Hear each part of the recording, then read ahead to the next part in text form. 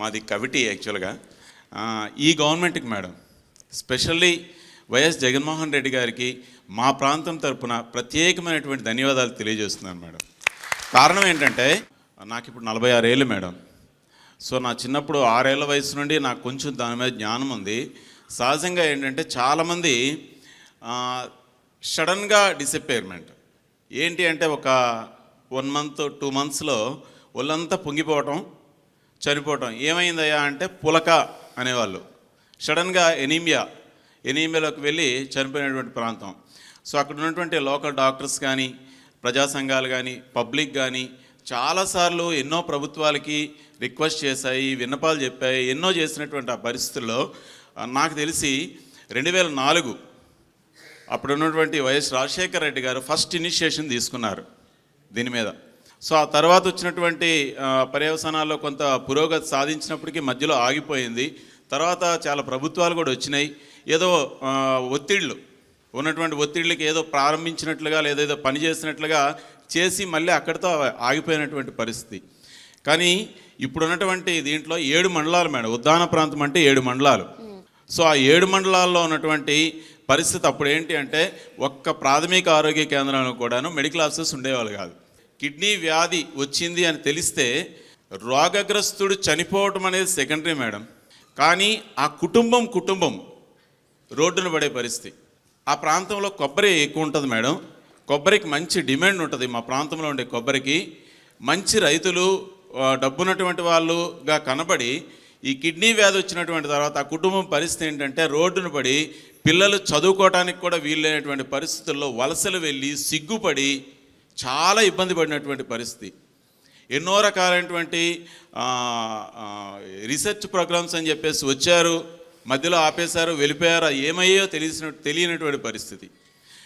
కొన్ని గ్రామాలకి ఇంకోటి ఏంటంటే అసలు పరీక్ష చేయించుకుంటారని ఎవరన్నా అడిగితే అదొక రకమైనటువంటి భయం.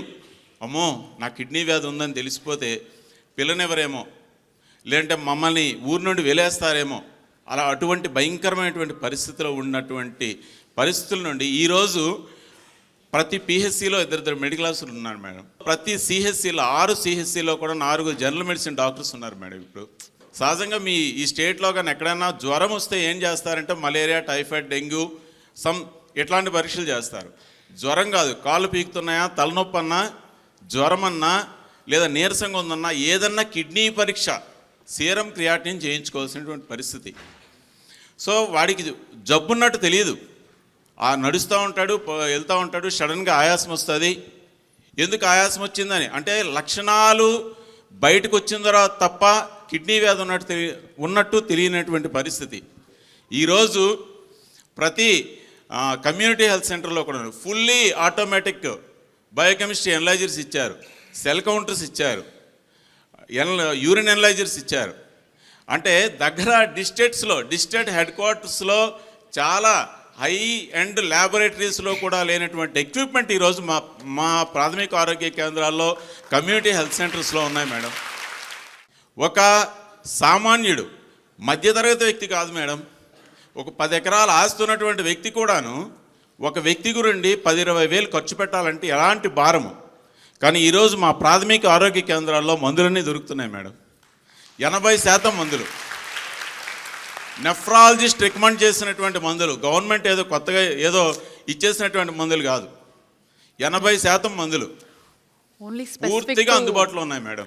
స్పెసిఫిక్ టు ఈ పర్టికులర్ ఇష్యూకి సంబంధించి ఏదైతే నెఫ్రాలజిస్ట్ ఒక టీమ్ ఆఫ్ ఎక్స్పర్ట్స్ డాక్టర్స్ కూర్చొని ఏదైతే రికమెండ్ చేశారో ఆ మందులన్నింటినీ మనం స్పెషల్గా మళ్ళీ ఉన్న వాటితో పాటు వీటిని అందుబాటులో మా ప్రాథమిక 18 ప్రాథమిక ఆరోగ్య కేంద్రాలు, 6 సిహెచ్సిలు, 5 యూపీహెచ్సిల్లో ఈ మందులు ప్రొవైడ్ చేస్తున్నాను మేడం. దాంతోపాటు ఏంటంటే నేను అన్నాను లక్షణాలు తెలిసేంత వరకు వాడి కిడ్నీ రోగం ఉందో లేదో తెలియదు అని చెప్పేసి.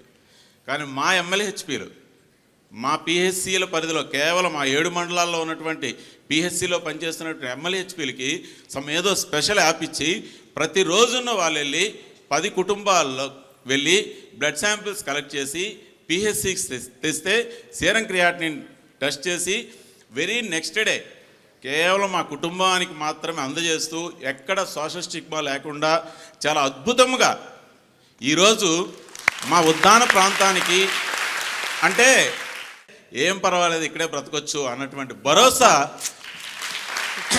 ఈ ప్రభుత్వము జగనన్న ఇచ్చారు మేడం. ఒకప్పుడు డయాలసిస్ వస్తే ఎలా ఉండదంటే ఈ వ్యక్తి చనిపోతే బాగున్నాను అనుకునేవాడు. భారం 10,000 పెన్షన్ ఇచ్చి ఆ ఇంటికి లేదా ఆ రోగికి పెద్ద కొడుకుగా ఉన్నాడు మేడం వైఎస్ జగన్మోహన్ రెడ్డి గారు.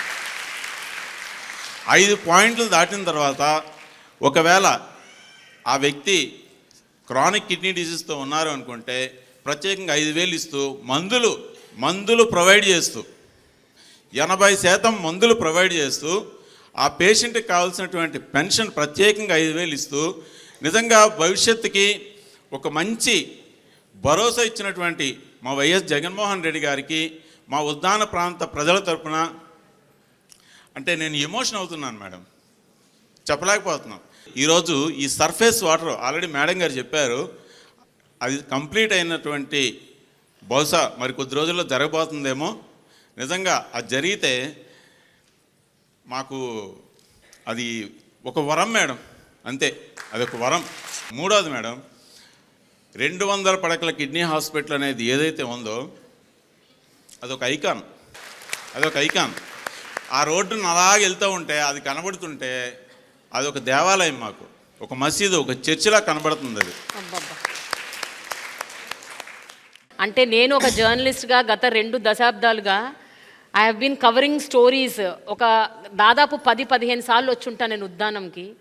వచ్చినప్పుడల్లా కన్నీటి గాథలు, వచ్చినప్పుడల్లా ప్రతి ఇంట్లో ఒక kidney patient. It was so bad. ఇప్పుడు మీరు చెప్తుంటే అంటే నేను వచ్చి చాలా కాలం అయిందండి, ఒక 7-8 ఏళ్ళు అవుతుంది నేను వచ్చి ఉద్దానంకి. But I'm so happy sir, really I'm so happy that you are all very happy. ఒక్క సీకేడీ పెన్షన్ వరకును ఏమన్నా ఆ రూల్స్ ఏమన్నా మార్చి అది అప్రూవ్ అయిన వెంటనే ప్రొవైడ్ చేయగలిగితే మరింత మీరు ఆ ప్రాంతానికి మేలు చేసిన వాళ్ళు అవుతారు madam. Very emotional, that's true. మీరు పెన్షన్స్ ఏదైతే చెప్పారో గతంలో ఎన్నడూ లేని విధంగా ఈరోజు మీరు చూసుకున్నట్టయితే మన ముఖ్యమంత్రి గారు వచ్చాక మెడికల్ మేనేజ్మెంట్ కింద 5,000 చొప్పున మనం పెన్షన్స్ ఇస్తున్నాము. అలాగే ఈ సికేడి ఎవరైతే డయాలసిస్ గోత్రూ అవుతున్నారో వాళ్ళకి 10,000 చొప్పున మనము ఇవ్వడం జరుగుతూ ఉంది. ఇంకా కూడా మీరు హెల్ప్ అడుగుతున్నారు కాబట్టి ఖచ్చితంగా ముఖ్యమంత్రి గారు నోటీస్లో పెట్టి ఇప్పటికే అక్కడ ఉన్నటువంటి ప్రాంత ప్రజలకు ముఖ్యమంత్రి గారు చేయగలిగినటువంటి అన్ని విషయాల్లోనూ ముందడుగు వేసి న్యాయం చేశారు. ఈ కన్సర్న్ని కూడా ముఖ్యమంత్రి గారి దృష్టికి తీసుకువెళ్తాం. Thank you. యా.